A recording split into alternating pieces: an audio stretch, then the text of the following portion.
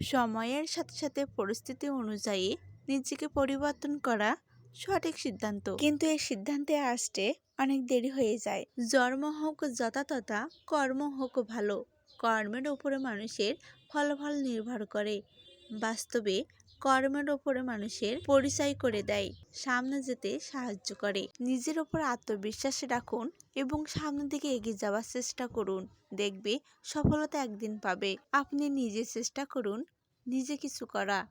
অন্যের উপর নির্ভর করে কখনো চলতে পারবেন না। তো অনেকক্ষণ বকবক করলাম, কারণ মাঝে মাঝে বাস্তব কিছু কথা সামনে চলে আসে, বললাম সেটুকু হয়তো শেয়ার করলাম। সন্তান যদি বাসায় না থাকে, শুধুমাত্র মারাই কিন্তু সন্তানদের জন্য জিনিস গুছিয়ে রাখে। তো গাছের তাল অনেক আগে হয়েছিল, সেগুলা ফ্রিজের মধ্যে রেখে দিয়েছিল, সেগুলা বের করে এই তো দেখেন চিনি, লবণ, তাল একসাথে মিশিয়ে নিচ্ছি। এরপরে ভালোভাবে মেশানো হয়ে গেলে আটা দেব। তারপরে ছোট ছোট ডো করে তেলের উপরে দিয়ে ছোট ছোট বড়া তৈরি করার চেষ্টা করছি। তো দেখেন, এই আসলে যাদের মা নেই তাদের অনেক কষ্ট জীবনে, কারণ তাদের কেউ সেভাবে ভালোবাসে না মায়ের মতো। তো যাদের মা আছে তারা যথেষ্ট পরিমাণ চেষ্টা করবেন মাকে ভালোবাসার, মাকে ভালো রাখার চেষ্টা করবেন।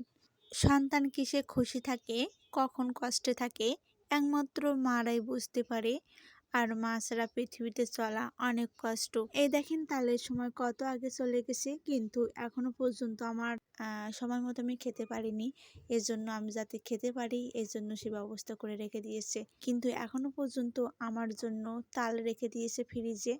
মা ছাড়া এমনটা অন্য কেউ করতে পারবে না। আমি জানি না করতে পারি কিনা, কিন্তু হয়তো বা মায়ের মতন দ্বিতীয় কেউ হয় না।